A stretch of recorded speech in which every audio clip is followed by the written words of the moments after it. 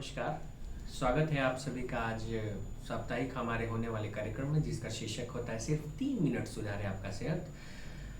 बहुत बार संक्षिप्त में मैं बताता चलूँ आप सभी को कि ऐसे कुछ खास लक्षण होते हैं जिनमें मैं आम तौर पे मैं खुद अगर मुझे हो तो मैं ले सकता हूँ, या आपको हो तो आप भी लेते हैं। उन लक्षणों में आम तौर पे होता है छाती में थोड़ा सा कहीं जकड़न, थोड़ा सा कहीं हल्का सा घबराहट, या लगे कि छाती भारी है, कुछ फंसा है। क्या ये हमेशा इतना ही हल्का होता है? जानते हैं इस वीडियो में।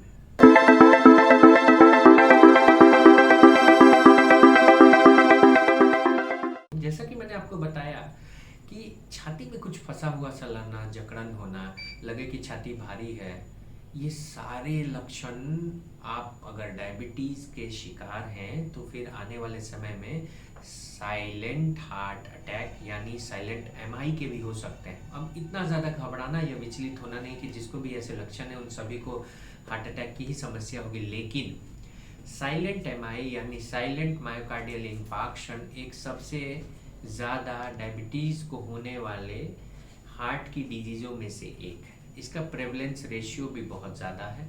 कारण ये है कि बहुत बार जो डायबिटिक पेशेंट्स हैं उन पेशेंट्स के लिए कार्डियक ऑटोनॉमिक न्यूरोपैथी एक आम बीमारी है। इसमें होता क्या है कि जो हार्ट के थ्रेशोल्ड्स हैं, जो थ्रेशोल्ड लेवल है हार्ट के अंदर, जो पेन है, जो उसकी चाल है, जिस नसों के द्वारा हार्ट की वजह से हो रहे पेन को हमें महसूस कराया जाता है, उन नसों में दिक्कतें आती हैं। शुगर के नुकसान से वो नसें उस तरह से कारगर नहीं होती, जिसका फलसफा ये होता है कि अगर आपके हार्ट के वजह से आपको सीने में जकड़न, दर्द और पेन हो, तो उस तरह का दर्द जकड़न और बहुत ज़्यादा बेचैनी, घबराहट नहीं होती जैसा आपको नॉन डायबिटिक आम मरीजों में हो सकता है।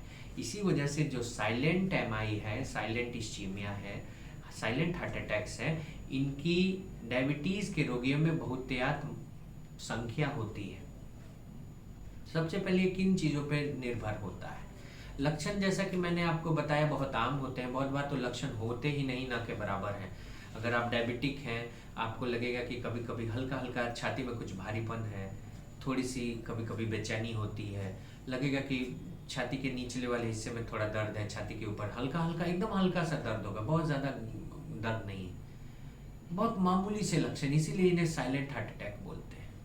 लेकिन ये बात बहुत चौंकाने वाली है कि इस हार्ट अटैक के लिए भी आपको बहुत सतर्क रहना है। कारण ये है कि भले ये साइलेंट हार्ट अटैक है, लेकिन इस साइलेंट हार्ट अटैक से भी आपके हार्ट के टिश्यूज़ को बीट, स्कारिंग या ब्लॉकेजेस, इनको भी बहुत ज़्यादा देखा गया है even in silent heart attacks.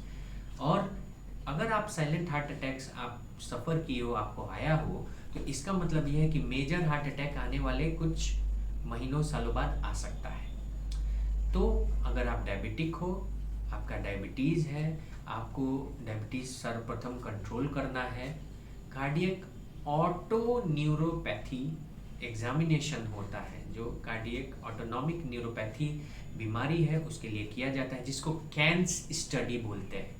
देखा यह गया कि जिन भी पेशेंट्स को डायबिटीज़ था और अगर उन्हें कार्डियक ऑटोनॉमिक न्यूरोपैथी है, यानी हार्ट और हार्ट के अंदर की जो नसें गई हैं, जो हमारे ऑटोनॉमिक न्यूरल सिस्टम है, जिनसे ना सिर्फ हार्ट बीट रेगुलेट होती है, हार्ट के अंदर के पेन को देखा जाता है, बल्कि हमारे आंत की चाल भी रेगुलेट होती है, वो सारी नसें इन डायबिटीज़ के पेशेंट्स की थोड़ी थोड़ी सी खराब होने लगती है।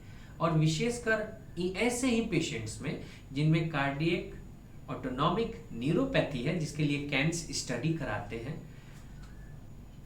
इनके अलावा एलडीएल की भी मात्रा, यानी जो लो डेंसिटी लाइपोप्रोटीन है, जो आपके लिपिड प्रोफाइल में एक प्रकार का कोलेस्ट्रॉल है, एलडीएलसी जिसे बोलते हैं, ये भी बहुत ज़्यादा देखा गया है। इन दोनों के अलावा जिनका जो हमारी कोरोनरी आर्टरीज हैं, जो मुख्य हार्ट के अंदर सप्लाई देती है, उनके अंदर जो है मीडिया जो बीच का जो उसके अंदर का जो थिकनेस है वो भी बढ़ जाता है, इंटीमा और मीडिया का, कोरोनरी वेसल्स।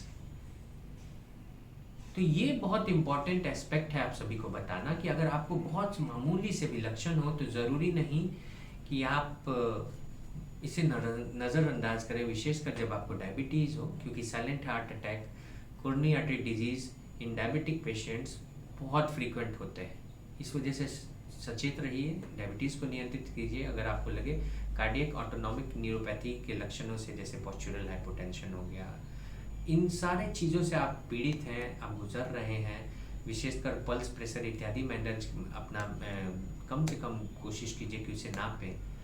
बहुत सारे इंडिकेटर्स तो नहीं, लेकिन केवल कैंस स्टडी कराकर आप अपने एलडीएल कोलेस्ट्रॉल को नियंत्रित रख के और साथ साथ अपने हाइपरटेंशन को नियंत्रित रख के ईसीजी समय समय पे कराते हुए बहुत बार आप साइलेंट एमआई यानी साइलेंट हार्ट अटैक, यानी अचानक से आपको पता लगे कि आपको पहले हार्ट अटैक हो चुका है, जब एक बहुत बड़ा हार्ट अटैक है, जबकि आपको कोई लक्षण ऐसा महसूस पहले ना हुआ।